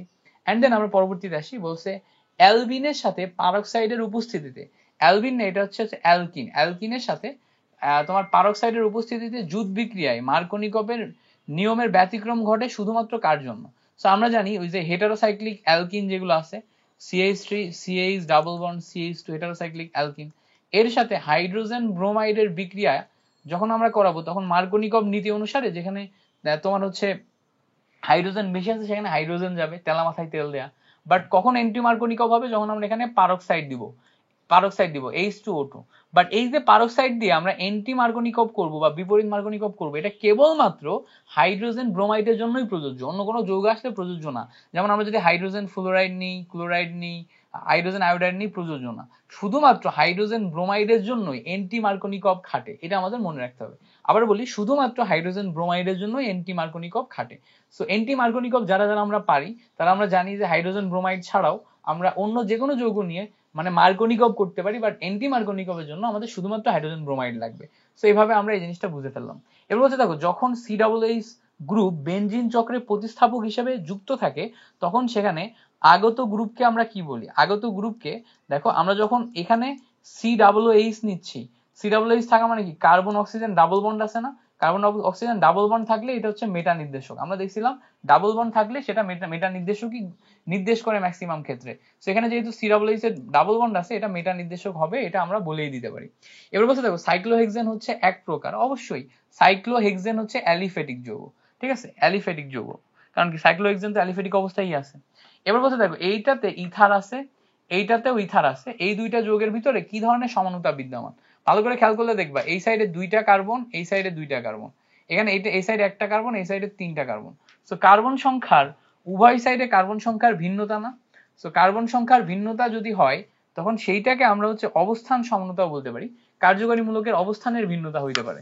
সো কার্যকারী মূলকের অবস্থানের ভিন্নতা এইটা যেমন হইতে পারে, আরো একটা আছে অবস্থান সমনতার পাশাপাশি আরেকটা সমনতা আছে, মেটামারিজমও হইতে পারে, বাট এখানে মেটামারিজম অপশনটা দেয়া নাই, ঠিক আছে। এটা মেটামারিজম অথবা অবস্থান সমনতা যে কোনো একটা দেখায়। এবার হচ্ছে দেখো, নিচের কোন যৌগটি অ্যারোমেটিক নয়? So pyrrole aromatic, toluene aromatic, naphthalene aromatic, but cyclopropane এটা তো অ্যারোমেটিক না, এটা তো সাইক্লো যৌগ, ঠিক আছে। So that's it. এটা ছিল হচ্ছে আমাদের 50টা MCQ এর একটা ক্লাস। আমরা যারা এগ্রি কিউবি সলভ করছে এই ক্লাসটা এতক্ষণ পর্যন্ত করলাম, তোমাদের অসংখ্য ধন্যবাদ মনোযোগ দিয়ে ক্লাসটি করার জন্য। আমরা পার্ট 2 তে বাকি MCQ গুলা দেখে ফেলবো। Thank you so much for watching this class. তোমাদের সাথে দেখা হচ্ছে পরবর্তী ক্লাসে। ততক্ষণ পর্যন্ত ভালো থাকো, সুস্থ থাকো। আল্লাহ হাফেজ, আসসালামু আলাইকুম। হ্যালো এভরিওয়ান, আসসালামু আলাইকুম। আজকে আমরা জৈব যৌগের পার্ট 2 দেখব। পার্ট 2 তে আমরা আরো হচ্ছে 50টা থেকে 60টা মতো MCQ সলভ করার চেষ্টা করব। সো আমি একটু অসুস্থ, যার কারণে আমার ভয়েস অন্যরকম শোনাতে পারে, তোমরা একটু টলারেট করবা। ইনশাআল্লাহ এই ক্লাসটি জুড়ে আমরা অনেক কিছু শিখবো, নতুন নতুন জিনিসপত্র শিখবো। সো আমাদের প্রথম 50টা MCQ আমরা সলিউশন করে ফেলছি। আজকে আমরা সম্ভবত 18 বা 19 নম্বর স্লাইড থেকে, 20 নম্বর স্লাইড থেকে বা 21 নম্বর স্লাইড থেকে শুরু করব। ওকে 51 নম্বর MCQটা হচ্ছে কার্বনিল মূলক শনাক্তকরণের জন্য কোন বিকারক ব্যবহৃত হয়? সো কার্বনিল মূলক শনাক্তকরণের জন্য কোন বিকারক ব্যবহৃত হয়? কার্বনিল মূলকের সংকেত হচ্ছে C double bond O। C double bond O যদি থাকে তখন এটাকে আমরা কার্বনিল মূলক বলি। কার্বনিল মূলকের ভিতরে আমরা কিটোনও পাই, আবার কার্বনিল মূলকের ভিতরে আমরা C ডাবল বন্ড O এর এখানে যদি এখানে একটা হাইড্রোজেন দিই তাহলে আমরা অ্যালডিহাইডও পাই। সো অ্যালডিহাইড এবং কিটোন বোধ দুইটাই হচ্ছে আমাদের কার্বনিল মূলক। সো এই দুইটা অ্যালডিহাইড কিটোন দুইটাকেই শনাক্তকরণ করার জন্য আমরা 2,4-DNPH অর্থাৎ 2,4-ডাইনাইট্রোফিনাইল হাইড্রোজিন এই মূলকটা ব্যবহার করি। 2,4-ডাইনাইট্রোফিনাইল হাইড্রোজিন। সো ফিনাইল যৌগে আমাদের যখন হাইড্রোজেন থাকে তখন সেটাকে আমরা হচ্ছে 2,4-ডাইনাইট্রোফিনাইল হাইড্রোজিন বলি। সো আমরা যদি একটু হাইড্রোজেনের সংকেত দেখি, দেখো এখানে তোমার হচ্ছে N ডাবল বন্ড N যদি এরকম থাকে তখন এটাকে হাইড্রোজেন যৌগ বলে, ঠিক আছে। এখন ডাইনাইট্রো 2 এবং 4 এই জায়গাতে 2 নাম্বার পজিশনে হচ্ছে নাইট্রো এবং 4 পজিশনে যদি নাইট্রো থাকে তখন এটাকে 2,4-ডাইনাইট্রোফিনাইল হাইড্রোজিন বলে। এই যে 2,4-ডাইনাইট্রোফিনাইল হাইড্রোজিন, এইটা দিয়ে আমরা অ্যালডিহাইড এবং কিটোন দুইটাকে শনাক্তকরণ করতে পারি। এবার বলতে দেখো, সালফিউরিক অ্যাসিডের উপস্থিতিতে অ্যানিলিনের ভিতর গাঢ় নাইট্রিক চালনা করলে উৎপন্ন যৌগ কি হবে? সো ভালো করে খেয়াল করবা, সালফিউরিক অ্যাসিডের উপস্থিতিতে অ্যানিলিনের, ঠিক আছে। অ্যানিলিন মানে কি? অ্যানিলিন মানে হচ্ছে তোমার NH2 মূলক হচ্ছে অ্যানিলিন, আর NH2, ঠিক আছে। সো এখন এই অ্যানিলিন বেনজিনের উপর NH2 থাকলে সেটাকে অ্যানিলিন বলে, আর NH2 না, বেনজিনের উপর NH2 থাকলে। এখন বেসিক্যালি NH2 যদি আমার মূলক থাকে, এইটা হচ্ছে অর্থ প্যারা নির্দেশক মূলক। কেন? কারণ এখানে দেখো কার্বন কার্বন হচ্ছে তোমার সিঙ্গেল বন্ড আছে, সেটা হচ্ছে অর্থ প্যারা নির্দেশক মূলক। কিন্তু যখনই আমরা হচ্ছে গাঢ় নাইট্রিক অ্যাসিডের উপস্থিতিতে বিক্রিয়াটা করব, তখন এটা এই যে অ্যানিলিনিয়াম আয়ন তৈরি করবে, এই জায়গাতে এর উপরে বেনজিনের উপর NH3 হয়ে যাবে, অ্যানিলিনিয়াম আয়ন তৈরি করবে, NH3+। সো যখনই NH3+ অ্যানিলিনিয়াম আয়ন তৈরি হয়ে যাবে, এইটা তখন আবার হয়ে যায় কি মেটা নির্দেশক মূলক। ঠিক আছে, মেটা নির্দেশক মূলক। তাহলে আরেকবার বলি, অ্যানিলিন মানে হচ্ছে আমাদের বেনজিনের উপর যখন NH2 থাকবে তখন সেটা হচ্ছে আমাদের অ্যানিলিন। এটা হচ্ছে আমাদের অর্থ প্যারা নির্দেশকমূলক, কারণ অর্থ এবং প্যারা পজিশনে সে কি করে, ইলেকট্রন সাপ্লাই দেয়। মানে তোমার হচ্ছে বেনজিন বলাই সক্রিয়কারী গ্রুপ। বাট আমি হচ্ছে মেটা নির্দেশক কখন পাবো, যখন এর সাথে আমরা গাঢ় সালফিউরিক অ্যাসিডের দ্রবণ নিব, তখন এইটা NH3+ আয়নে পরিণত হবে। NH3+ আয়নে পরিণত হলে এটা মেটা নির্দেশক হয়ে যাবে। কি নির্দেশক? মেটা নির্দেশক। দ্যাটস ওয়াই এটা হচ্ছে মেটা নির্দেশক মূলক হয়ে যাবে।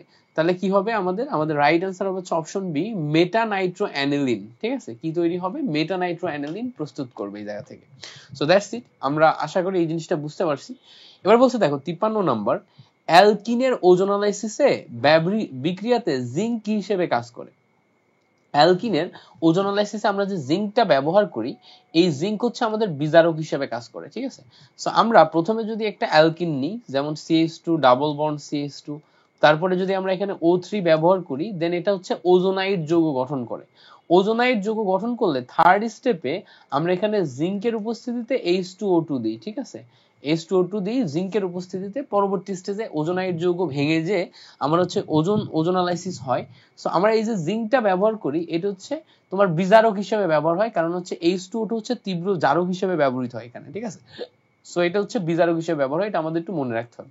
এবার বলছে দেখো, সিস বিউটিন 2 এবং ট্রান্স বিউটিন 2 কোন ধরনের সমানতা দেখায়?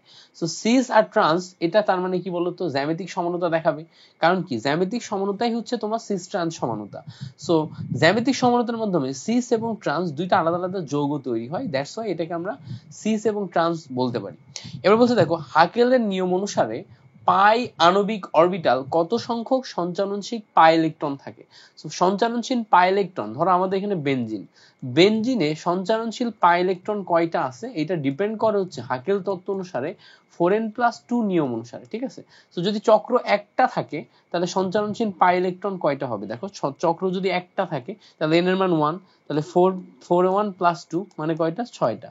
সো দেখো 3টা পাই বন্ড মানে সঞ্চালনশীল পাই ইলেকট্রন হচ্ছে 6টা। 3টা পাই বন্ড মানে সঞ্চালনশীল পাই ইলেকট্রন 6টা। সো এখানে আমাদের 4n+2 আসতেছে। এবার বলছে দেখো, ক্লোরোফর্মে বিশুদ্ধতা যাচাই কোন যৌগটি ব্যবহার করে বা কোন যৌগ যোগ করে সাদা অদক্ষেপ পাওয়া যায়? সো আমাদের ক্লোরোফর্মের বেসিক সংকেত হচ্ছে CaCl3। এর সাথে যদি আমরা সিলভার নাইট্রেট ব্যবহার করি তাহলে এখান থেকে সিলভার, এখান থেকে ক্লোরিন, সিলভার ক্লোরাইড সাদা দ্রবণ তৈরি করে, সাদা অদক্ষেপ তৈরি করে। এই যে সিলভার ক্লোরাইডের সাদা অদক্ষেপ তৈরি করলো, এখান থেকেই কিন্তু আমরা তোমার হচ্ছে যৌগটা পেয়ে যাই, যে এখানে হচ্ছে আমাদের সাদা অদক্ষেপ তৈরি করতেছে। সো ক্লোরোফর্মের বিশুদ্ধতা যাচাইকরণে আমরা হচ্ছে সিলভার নাইট্রেট ব্যবহার করতে পারি। কি ব্যবহার করতে পারি? Silver nitrate. এবার বলছে দেখো, কার্বিলামিন পরীক্ষা কোনটি? কার্বিলামিন পরীক্ষায় কি ছিল বলতো? কার্বিলামিন পরীক্ষায় আমাদের ক্লোরোফর্ম ছিল, CaCl3 ক্লোরোফর্ম ছিল, এবং আমাদের হচ্ছে কস্টিক পটাশ ছিল, বা কস্টিক পটাশ বা কস্টিক সোডা ছিল, এবং পাশাপাশি আমাদের ছিল হচ্ছে কি বলতো, পাশাপাশি আমাদের ছিল হচ্ছে প্রাইমারি অ্যামিন, যেমন হচ্ছে RNH2। সো এই তিনটা সমন্বয়ে আমরা হচ্ছে কার্বিলামিন পরীক্ষা করছি। সো এই জায়গাতে যদি আমরা দেখি অপশন বি তে আমাদের কার্বিলামিন পরীক্ষায় ক্লোরোফর্ম, অ্যালকোহলীয় কস্টিক পটাশ সাথে প্রাইমারি অ্যামিন, সো এই তিনটা মিলে আমাদের কার্বিলামিন পরীক্ষা দেয়। সো এটা আমরা আগে মুখস্থ করছি, আগের ক্লাসটাতেও আমরা দেখছিলাম যে কার্বিলামিন পরীক্ষা কারা কারা দেয়। ঠিক আছে, সো দ্যাটস ইট, এভাবে আমরা কার্বিলামিন পরীক্ষা পাচ্ছি। এরপরে বলছে যে নিচের কোনটির ক্ষারত্ব বেশি? ক্ষারত্ব বেশির ক্ষেত্রে অ্যামিনের ক্ষেত্রে আমরা দেখছিলাম ক্ষার ধর্মের সক্রিয়তার ক্রমে ছিল 213, 2 degree amine, 1 degree amine, 3 degree amine, তারপরে অ্যামোনিয়া। ঠিক আছে, অ্যামোনিয়া, তারপরে হচ্ছে অ্যানিলিন। সো এইটা হচ্ছে আমাদের ক্ষার ধর্মের সক্রিয়তার ক্রম। এই জায়গাতে আমাদের উদ্ভাসের বইতে একটু ভুল দিছে, সো এটা হবে না, 213 অ্যামোনিয়া অ্যানিলিন হবে। সো 2 ডিগ্রি অ্যামিন হচ্ছে সবচেয়ে বেশি সক্রিয়, অর্থাৎ 2 ডিগ্রি অ্যামিন মানে কি, অ্যামিনের দুই হাতে দুইটা আর থাকতে হবে, এটা হচ্ছে 2 ডিগ্রি অ্যামিন। সো আমরা একটু দেখার চেষ্টা করি 2 ডিগ্রি অ্যামিন কোথায় আছে। সো 2 ডিগ্রি অ্যামিন দেখো, ডাইমিথাইল অ্যামিন যেটা, এইটা হচ্ছে আমাদের 2 ডিগ্রি অ্যামিন। ডাইমিথাইল অ্যামিন হচ্ছে আমাদের 2 ডিগ্রি অ্যামিন, কারণ কি এই সাইডে একটা আর এই সাইডে একটা আর বসাইছি। সো এই ক্ষেত্রে আমাদের ক্ষারত্ব সবচেয়ে বেশি হচ্ছে 2 ডিগ্রি অ্যামিনে, ঠিক আছে। এবার বলছে দেখো, ট্রাইক্লোরোমিথেন নিম্নের কোন কাজে ব্যবহৃত হয়। দেখো ট্রাইক্লোরোমিথেন মানে কি, CH-Cl3, ট্রাইক্লোরোমিথেন, মিথেনের হাইড্রোজেন গুলাকে অপসারণ করে যদি আমরা 3টা ক্লোরিন বসাই তখন সেটাকে আমরা ট্রাইক্লোরোমিথেন। সো এটাই তো ক্লোরোফর্ম, আর এটা কি চেতনানাশক হিসেবে কাজ করে। সো ট্রাইক্লোরোমিথেন হচ্ছে চেতনানাশক হিসেবে কাজ করে। এবার বলছে দেখো, কার্বন কার্বন দ্বিবন্ধন যুক্ত যৌগকে কি বলা হয়। কার্বন কার্বন দ্বিবন্ধন, সো কার্বন কার্বন যদি আমরা দ্বিবন্ধন দিই, ত্রিবন্ধন দিলে অ্যালকাইন আর দ্বিবন্ধন দিলে হচ্ছে অ্যালকিন বলা হয়, ঠিক আছে। সো কার্বন কার্বন দ্বিবন্ধন যৌগকে আমরা অ্যালকিন বলি। এরপরে বলছে দেখো, কার্বনিল অ্যাসিডের অপর নাম কি। কার্বনিল অ্যাসিড কোনটা বলতো, এই দেখো বেনজিন বলয়ের উপরে যদি OH যুক্ত থাকে তখন তাকে আমরা কার্বলিক অ্যাসিড বলি, কার্বনিল না, carbolic acid. So carbolic acid বলা মানে সেটা হচ্ছে আমাদের কি বলতো, সেটা হচ্ছে আমাদের ফেনল। বেনজিনের উপর OH থাকলে সেটা তো ফেনল, সো এটা হচ্ছে আমাদের ফেনল। সো ফেনল হচ্ছে আমাদের কার্বনিক অ্যাসিড। এরপরে বলছে দেখো, থায়োফিন যৌগের কোন ধরনের যৌগ। থায়োফিন যৌগের সংকেত কি ছিল বলতো। থায়োফিন যৌগের সংকেতে এরকম ছিল না, এরকম ছিল, সালফার ছিল। তো এটা দেখো তো, sulphur hetero carbon, sulphur oxygen nitrogen এগুলো যদি বেনজিন বলয় থাকে তখন তাকে আমরা হেটারো যৌগ বলি। সো এটা কি বলতো, এটা একটা হেটারো যৌগ। তাহলে হেটারো অ্যালিফেটিক বা হেটারো অ্যালিফেটিক না, হেটারো অ্যারোমেটিক যৌগ, ঠিক আছে, হেটারো অ্যারোমেটিক যৌগ, দ্যাট ইজ হচ্ছে আমাদের থায়োফিল যৌগ। এবার বলছে দেখো, SN1 কয় ধাপে সংগঠিত হয়। SN1 এর ক্ষেত্রে সঠিক কোনটা। SN1 সবসময় 2 ধাপে সংগঠিত হয়। SN1 একটি মাত্র বিক্রিয়কের সক্রিয়তার ক্রমের উপর, একটি মাত্র বিক্রিয়কের ঘনমাত্রার উপর নির্ভর করে। সো SN1 2 ধাপে সংগঠিত হয়, ঠিক আছে। SN1 2 ধাপে সংগঠিত হয়, ঠিক আছে। আশা করি আমরা বুঝতে পারছি। এরপরে দেখো পরবর্তী দেখি, বলছে মেথিলেটেড স্পিরিটের মূল উপাদান কোনটি। মেথিলেটেড স্পিরিট হচ্ছে ইথানল দিয়ে তৈরি হয়, CH3CH2OH, দ্যাট ইজ ইথানল। এবং এই ইথানল দিয়ে আমরা মেথিলেটেড স্পিরিট তৈরি করি, মুখস্থ করে ফেলবা, ঠিক আছে। এবার বলছে দেখো, মিথানল মানে কি, HCHO। মিথানলের 40% জলীয় দ্রবণ তুমি যদি নাও তখন সেটাকে আমরা ফর্মালডিহাইড বলি। মিথানলের 40% ফর্মালডিহাইড বা মিথানল, ফর্মালডিহাইড না, ফর্মালিন বলি, ঠিক আছে। সো ফর্মালডিহাইড বা মিথানল এটার 40% জলীয় দ্রবণকে আমরা ফর্মালিন বলি, ঠিক আছে, ফর্মালিন বলি। গ্রেট। এরপরে বলছে দেখো, কোনটি প্রধানত হাইড্রোকার্বন দ্বারা গঠিত। হাইড্রোকার্বন মানে কি, হাইড্রোজেন এবং কার্বন দিয়ে কোনটি গঠিত। সো অবশ্যই পেট্রোলিয়াম যে গ্যাস, এটা হচ্ছে হাইড্রোকার্বন দিয়ে তৈরি। এবার বলছে দেখো, নিচের কোন যৌগে 5% সোডিয়াম বাইকার্বনেট দ্রবণের সাথে বিক্রিয়া করে না। দেখো বিক্রিয়া করে কারা, 5% সোডিয়াম বাইকার্বনেটের সাথে বিক্রিয়া করে হচ্ছে কার্বক্সিলিক অ্যাসিড। যে কোনো কার্বক্সিলিক অ্যাসিড 5% সোডিয়াম বাইকার্বনেটের সাথে বিক্রিয়া করে। ইভেন কার্বক্সিলিক অ্যাসিড শনাক্তকরণে আমরা 5% সোডিয়াম বাইকার্বনেট ব্যবহার করি, আমরা 5% সোডিয়াম বাইকার্বনেট ব্যবহার করি। তাহলে এখানে আমাদের কার্বক্সিলিক অ্যাসিড ছাড়া আর কে কে আছে দেখো, অ্যালডিহাইড আছে, অ্যালকোহল আছে। সো এই 2 এবং 3 এই দুইটা হচ্ছে আমাদের বিক্রিয়া করবে না, তাহলে কি অ্যাসিডটা আমাদের বিক্রিয়া করবে। ওকে, আমরা পরবর্তীতে আসি। বলছে নিচের কোন যৌগটি ক্ষারীয় মানে দেখো, আমরা অ্যামিন যুক্ত থাকলে সেই তো ক্ষারীয়, তাই না। আমরা দেখছিলাম, আমরা অ্যামিনের ক্ষার ধর্মের সক্রিয়তার ক্রম দেখছি। লুইস তত্ত্ব অনুসারে অ্যামিন ক্ষারীয় কেন, কারণ হচ্ছে লুইস তত্ত্ব অনুসারে অ্যামিন ক্ষারীয় হওয়ার কারণ হচ্ছে এ কি করতে পারে, মুক্তজোড় ইলেকট্রন ডোনেট করতে পারে। যে মুক্তজোড় ইলেকট্রন অ্যাকসেপ্ট করতে পারে সে অ্যাসিড, আর যে ডোনেট করতে পারে সে ক্ষার। তাহলে যেহেতু দেখো এই যে অ্যামাইডে অ্যামিন আছে, তাহলে দেখো অ্যামাইডের ভিতরে NH2 আছে, আবার অ্যামিনের ভিতরে NH2 আছে। সো এরা দুইজন কি হবে, এরা দুইজন হচ্ছে ক্ষারীয় হবে। So option C will be the correct answer, এরা দুইজন হচ্ছে ক্ষারীয়, ঠিক আছে, এরা দুইজন হচ্ছে ক্ষারীয়। গ্রেট। এরপরে বলছে দেখো, কোনটি মেসোযৌগ। আমরা মেসোযৌগ একটাই জানি, মেসো টার্টারিক অ্যাসিড, এরকম নাম শুনছি না। টার্টারিক অ্যাসিড হচ্ছে আমাদের মেসোযৌগ। কেন টার্টারিক অ্যাসিড মেসোযৌগ, দেখো এক সাইডে H আরেক সাইডে OH থাকে, এক সাইডে এইচ আর এক সাইডে OH থাকে, আর নিচে COOH হয় আর উপরে COOH হয়। সো এখান থেকে আমরা মাঝখান থেকে কাটলে একটা একটার উপর চলে আসে। সো এইটা হচ্ছে টার্টারিক অ্যাসিডের সংকেত, এবং এই যে টার্টারিক অ্যাসিডের সংকেতটা আমি পেলাম, এইটাকে বলা হয় মেসো টার্টারিক অ্যাসিড। কেন মেসো টার্টারিক অ্যাসিড? কারণ মেসো যৌগের ক্ষেত্রে মাঝখান দিয়ে কাটলে একটা যদি আরেকটার উপর মিশে যায়, তখন তাকে আমরা মেসো যৌগ বলি। তাহলে টার্টারিক অ্যাসিডই হচ্ছে আমাদের মেসো যৌগ।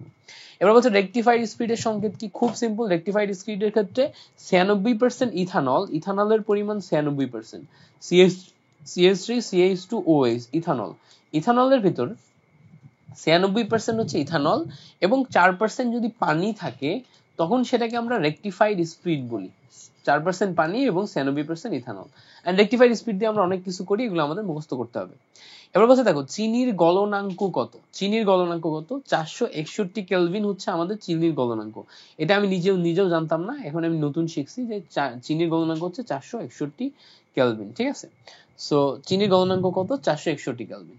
গ্রেট। এরপরে আসো আমরা পরবর্তী দেখি। বলছে নিদ্রা উৎপাদক রূপে, দেখো কিরকম প্যাচ লাগাই দিচ্ছে। নিদ্রা উৎপাদক মানে কি? ঘুম আসে মানে কি? আমরা ঘুমাই যাই। ঘুমাই যাওয়া মানে কি? অজ্ঞান হয়ে যাওয়া। তাহলে এটা কি ক্লোরোফর্ম না? CaCl3 চেতনানাশক বা নিদ্রা উৎপাদক, একই কথা। সো এটা হচ্ছে ক্লোরোফর্ম। ক্লোরোফর্ম হচ্ছে আমাদের চেতনানাশক হিসেবে কাজ করবে। So option A will be the correct answer. এবার হচ্ছে দেখো নিচের কোনটি জ্যামিতিক সমনতা প্রদর্শন করে? জ্যামিতিক সমনতা প্রদর্শন করার শর্ত ছিল কার্বন কার্বন ডাবল বন্ড থাকতে হবে, এবং কার্বনের এক হাত, একই সাইডের কার্বনের যে দুইটা হাত আছে সেখানে দুইটা ভিন্ন ভিন্ন জিনিস থাকতে হবে। দুইটা ভিন্ন ভিন্ন জিনিস থাকতে হবে। তাহলে দেখো তো এখানে আমরা একটু খেয়াল করলে দেখলে দেখবো ডি নাম্বারে আমাদের কার্বন কার্বন ডাবল বন্ড আছে, এবং একই হাতে দুইটা ভিন্ন ভিন্ন জিনিস আছে, একটা হাইড্রোজেন একটা ক্লোরিন, একটা হাইড্রোজেন একটা ক্লোরিন। তাহলে D will be the correct answer. So 73 নম্বরে D will be the correct answer. ঠিক আছে, আশা করি আমরা বুঝতে পারছি। এরপরে দেখো আমরা পরবর্তীটা দেখি। বলছে কোনটির স্ফুটনাঙ্ক সবচেয়ে কম? কোনটির স্ফুটনাঙ্ক? স্ফুটনাঙ্কের ক্ষেত্রে আমাদের মনে রাখতে হবে অ্যামাইডের স্ফুটনাঙ্ক সবচেয়ে বেশি। হ্যাঁ, অ্যামাইডের RNH2 হচ্ছে আমাদের অ্যামাইড। তারপরে অ্যামাইডের পরে আছে কার্বক্সিলিক অ্যাসিড। ঠিক আছে, ক্রমটা মনে রাখবো। তারপরে আছে হচ্ছে অ্যালকোহল। ঠিক আছে, তারপরে আছে কি? তারপরে হচ্ছে কিটোন। সো কিটোন মনে রাখবো। তারপরে আছে হচ্ছে অ্যালডিহাইড। ঠিক আছে, অ্যালডিহাইড। এরপরে অ্যামিন, তারপরে অ্যাস্টার। এখন বলবো ভাই আপনি তো মুখস্থ বলতেছেন। হ্যাঁ, এটা মুখস্থ রাখতে হবে। ইথার, এন্ড দেন সবচেয়ে পরে আসে হচ্ছে অ্যালকেন।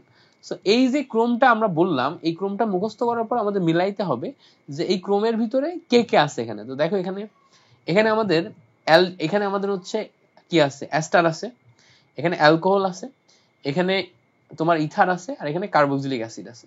সো এগুলার ভিতরে আমার সবচেয়ে কম হচ্ছে কি বলতো? তোমার হচ্ছে অ্যাস্টারের। দেখো অ্যাস্টার একদম একদম পরের দিকে না, অ্যাস্টার একদম শেষের দিকে। অ্যাস্টার যেহেতু শেষের দিকে, দ্যাটস ওয়াই আমাদের স্ফুটনাঙ্ক সবচেয়ে কম হচ্ছে অ্যাস্টারের। এবার বলছে দেখো বেনজিন চক্রে মেটা নির্দেশক হিসেবে কোনটা কাজ করে?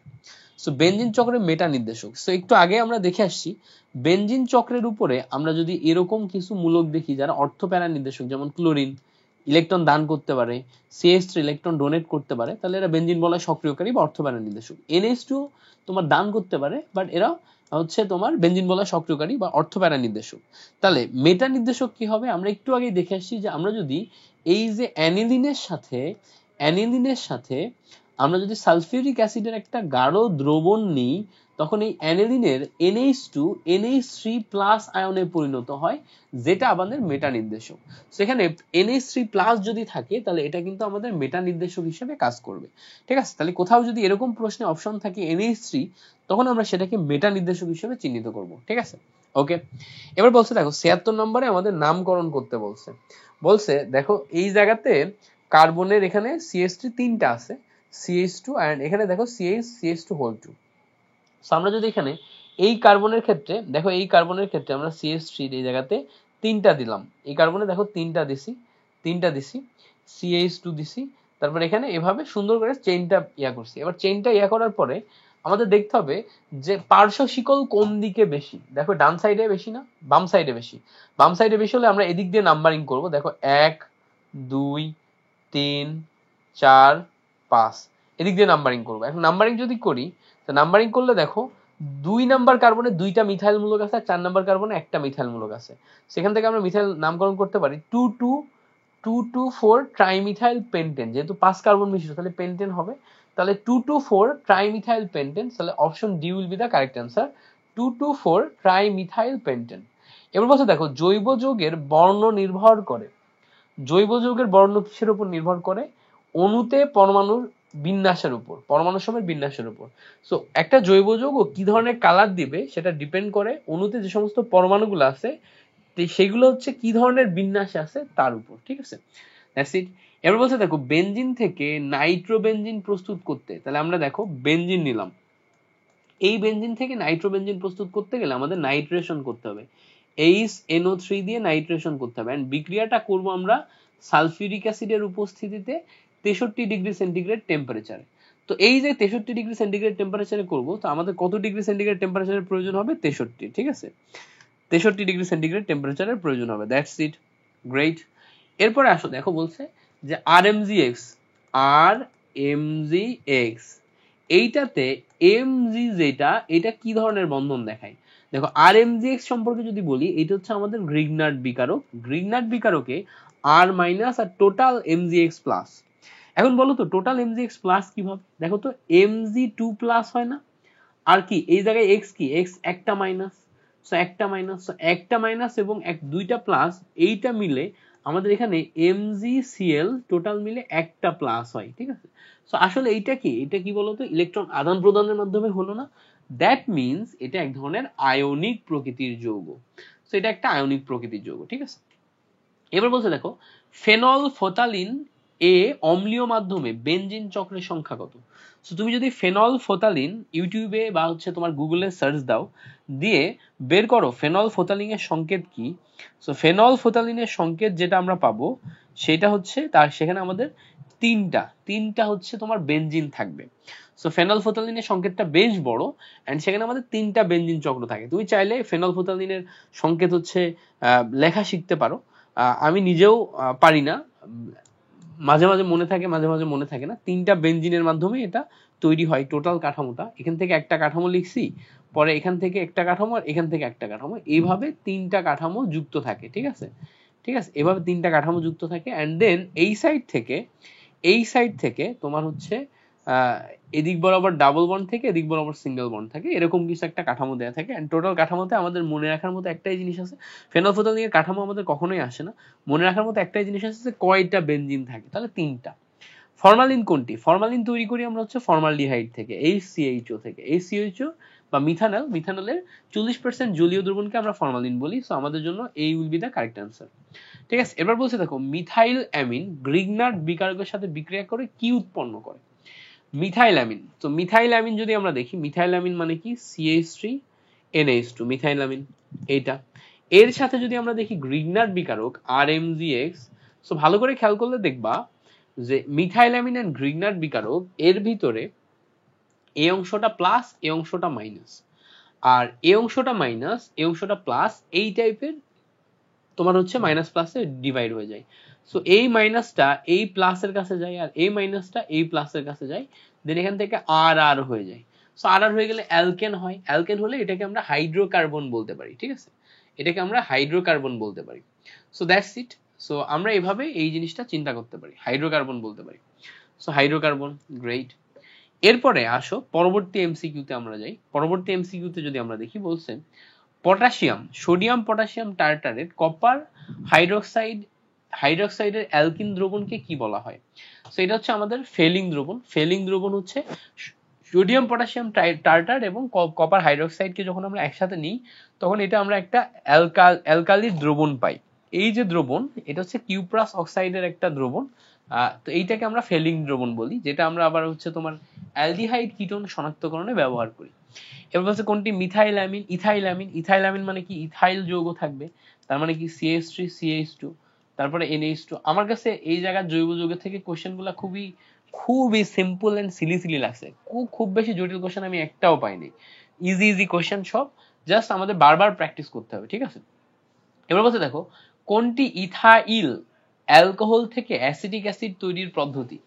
সো ইথাইল অ্যালকোহল থেকে অ্যাসিটিক অ্যাসিড তৈরির পদ্ধতি মানে কি, অ্যালকোহল আছে আমাদের, অ্যালকোহল থেকে আমি অ্যাসিড কখন পাবো? যখন আমি এটাকে জারণ করব। তাহলে অ্যালকোহল থেকে অ্যাসিড তৈরির পদ্ধতি হচ্ছে জারণ। জারণ মানে হচ্ছে অক্সিডেশন। এবং জারণ শুধু করলে হবে না, তীব্র তোমার জারক যেগুলো আছে, যেমন হচ্ছে K2Cr2O7, KMnO4, সালফিউরিক অ্যাসিড, যেগুলো আমার তীব্র জারক, এগুলার উপস্থিতিতে দেন হচ্ছে আমাকে জারণ করতে হবে। ঠিক আছে, জারণ করতে হবে। এবার বলছে দেখো নিচের কোনটি ফেলিং দ্রবণের সাথে বিক্রিয়া করে? ফেলিং দ্রবণের সাথে বিক্রিয়া করে কি? অ্যালডিহাইড। ঠিক আছে, অ্যালডিহাইড সবসময় ফেলিং দ্রবণের সাথে বিক্রিয়া করে। তাহলে এখানে আমার অ্যালডিহাইড আছে কিনা খুঁজি তো। দেখো এখানে কোনো অ্যালডিহাইড নাই, এটাও অ্যালডিহাইড না, এটাও অ্যালডিহাইড না, এটাও অ্যালডিহাইড না, এটাও অ্যালডিহাইড না। যেহেতু অ্যালডিহাইড নাই তাহলে এইটার কোনো উত্তর হবে না। ঠিক আছে, ওকে। এবার বলছে দেখো অ্যালকিনে কার্বন কার্বন দ্বিবন্ধনের বন্ধন দৈর্ঘ্য কত? মনে রাখতে হবে আমাদের যে কার্বন কার্বন সিঙ্গেল বন্ডের বন্ধন দৈর্ঘ্য হচ্ছে 0.154 ন্যানোমিটার, ডাবল বন্ডের বন্ধন দৈর্ঘ্য 0.134 ন্যানোমিটার, আর ট্রিপল বন্ডের বন্ধন দৈর্ঘ্য 0.120 ন্যানোমিটার। সো এই হচ্ছে আমাদের তিন রকম। So 0.154, 134, 120 nanometre. এবার বলছে দেখো নিচের কোন অ্যালকাইল হ্যালাইডটি কেন্দ্রাকর্ষী প্রতিস্থাপন বিক্রিয়ায় SN1 বিক্রিয়ার কৌশল অনুসরণ করে? সো SN1 এর ক্ষেত্রে আমি কিছু ইনফরমেশন মনে রাখি। SN1 মানে একটি মাত্র বিক্রিয়কের ঘনমাত্রার উপর নির্ভরশীল। সো কয়টা ঘনমাত্রা? একটা ঘনমাত্রা। SN1 মানে হচ্ছে 2 স্টেপ বা 2 ধাপে বিক্রিয়া ঘটবে। ঠিক আছে, SN1 মানে কি? 2 স্টেপ বা 2 ধাপে বিক্রিয়া ঘটবে। আরেকটা মনে রাখতে হবে SN এর ক্ষেত্রে 1 মিন্স 1 3 কেন? 1 যখন, তখন হচ্ছে এর সক্রিয়তার ক্রম হবে 3, সক্রিয়তার ক্রম 3 হচ্ছে সবচেয়ে বেশি সক্রিয় হবে 3 ডিগ্রি হ্যালাইড, তার চেয়ে কম হবে 2 ডিগ্রি, তার চেয়ে কম হবে 1 ডিগ্রি, অর্থাৎ সবচেয়ে কম হবে হচ্ছে 3 ডিগ্রি হ্যালাইড। সো তাহলে আমরা যদি সেই হিসাবে মিলাই 3 ডিগ্রি হ্যালাইড সবচেয়ে বেশি সক্রিয়, অর্থাৎ সি নাম্বারে যদি খেয়াল করো, সি নাম্বারে সবচেয়ে বেশি সক্রিয় হচ্ছে 3 ডিগ্রি হ্যালাইড। এবার বলছে দেখো কোন মৌলটি সবচেয়ে কম হাইড্রোজেন পরমাণু আছে? কোন মৌলটিতে? এখন দেখো এই জায়গাতে যে কটা যৌগ আছে, যেমন দেখো সাইক্লোপ্রোপেন, প্রোপিন, প্রোপাইন। প্রোপাইনের ক্ষেত্রে দেখো CH ট্রিপল বন্ড CH, এরকম না। এখানে দেখো সবচেয়ে কম হাইড্রোজেন আছে, দুইটা কার্বনে হাইড্রোজেন যে কটা থাকা সম্ভব সবচেয়ে কম হচ্ছে ট্রিপল বন্ডে থাকে। সো যেহেতু এখানে ট্রিপল বন্ড, এখানে আমাদের হাইড্রোজেন সংখ্যা সবচেয়ে বেশি কমে যাবে। সো আমাদের ট্রিপল বন্ডে সবচেয়ে কম। তুমি যদি এমনিতে সাইক্লোপ্রোপেন, প্রোপেন, প্রোপিন, প্রোপাইন সবগুলা একে দেখো, তাও দেখবা যে ট্রিপল বন্ডে আমাদের সবচেয়ে কম হাইড্রোজেন আছে। এরপরে বলছে দেখো C3H8O, C3H8O মানে আমাদের CH3, CH2, CH2OH। ঠিক আছে, এইটা হচ্ছে C3H8O। কিভাবে? দেখো এই জায়গাতে ভালো করে খেয়াল করলে দেখবা 3টা, 2টা, 5টা, আর 2টা, 7টা, 1টা, 8টা, 3টা কার্বন, 8টা হাইড্রোজেন, 1টা অক্সিজেন, C3H8O। এইটা দেখো আমাদের 1 ডিগ্রি অ্যালকোহল না? 1 নম্বর কার্বনে আছে 1 ডিগ্রি অ্যালকোহল। এই সেম অ্যালকোহলটাকে আমরা যদি এই জায়গাতে নিয়ে যাই, তখন এটাকে আমরা 2 ডিগ্রি অ্যালকোহল বানাতে পারি। এবার 2 ডিগ্রি অ্যালকোহল বানানোর পরে যদি আমরা এইটাকে আবার ইথার বানানোর ট্রাই করি, তাহলে আমরা ইথারও বানাইতে পারি। কিভাবে? এই জায়গা থেকে এইভাবে বানাই দিলাম ইথার, এবং এই ইথারের ক্ষেত্রে আমরা একটা ইথার বানাইতে পারবো, ঘুরাইলে ফেলালে একই রকম আসবে। সো দেখো 1 ডিগ্রি অ্যালকোহল, 2 ডিগ্রি অ্যালকোহল এবং ইথার। সো টোটাল 3টা যৌগ তৈরি করা যায়। যেহেতু 3টা যৌগ তৈরি করা যায়, তো এটাকে আমরা প্রোপানল 1, প্রোপানল 2 এবং ডাইমিথাইল ইথার পাই। সেখান থেকে আমাদের সমাণু হবে 3টা। সমাণু কয়টা? 3টা। এবার বলছে দেখো 92 নাম্বার CH3 CHOH যৌগটির ইউপ্যাক পদ্ধতিতে নাম কি? সো দেখো এই দিক দিয়ে কাউন্ট করলে 1 2 3 4টা হবে। এখান থেকে আমরা 4টা কার্বন পাবো, এন্ড 2 নাম্বার কার্বনে OH পাবো। সে যেহেতু 2 নাম্বার কার্বনে OH পাবো, আমরা 4টা কার্বন ছাড়াও দেখো 3 নাম্বার কার্বনে যে 2টা মিথাইল গ্রুপ পাচ্ছি। সো আমরা হচ্ছে 3 বা কত নম্বরে যে পাচ্ছি? আমরা হচ্ছে 3 নম্বরে যে পাচ্ছি, একটা মিথাইল গ্রুপ পাচ্ছি। সো 3 মিথাইল 2 বিউটানল, এটা আমাদের হচ্ছে অ্যান্সার। 2 বিউটানল কেন? কারণ হচ্ছে 2 নম্বরে OH আছে, আর এই জায়গাতে দেখবা যে 3 নম্বরে যে আমাদের মিথাইল গ্রুপ আছে। So 3 methyl 2 butanol, that will be the correct answer. ঠিক আছে, আশা করি বুঝতে পারছি। ভেঙে আর দেখাইলাম না, নামকরণের এগুলো খুব ইজি। ঠিক আছে, এক সাইড থেকে দেখলেই তুমি বুঝতে পারবা, খুব সিম্পল। তুমি হচ্ছে যেদিক দিয়ে আমার OH আগে থাকবে ওদিক দিয়ে নাম্বারিং করতে হবে, আর নাম্বারিং এর পরে আমাদের লম্বা শিকল বানাতে হবে। লম্বা শিকল বানানোর জন্য আমরা ভেঙে ফেলে ওরকম যাবো। ঠিক আছে, এবার বলছে দেখো ইথাইল অ্যালকোহল মিন্স দেখো alcohol but ethyl alcohol. So আমরা যদি একটু ভালো করে দেখি, CH3 CH2OH, এটা হচ্ছে আমাদের ইথাইল অ্যালকোহল।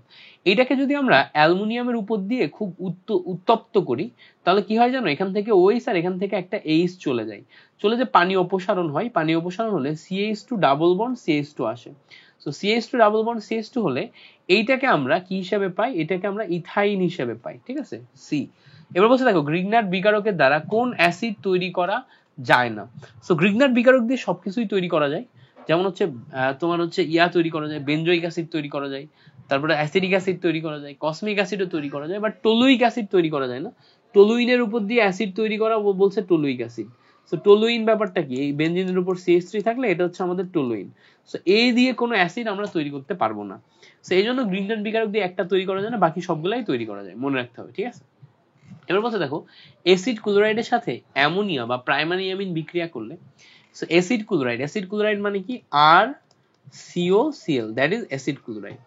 এর সাথে যদি আমরা এখন অ্যামোনিয়া তৈরি করি, অ্যামোনিয়া যুক্ত করি, তাহলে দেখো এখান থেকে একটা ক্লোরিন আর এখান থেকে একটা H আলাদা হয়ে যাবে, হয়ে যে RCONH2 হবে না, RCONH2 আর সাথে হবে হচ্ছে HCl।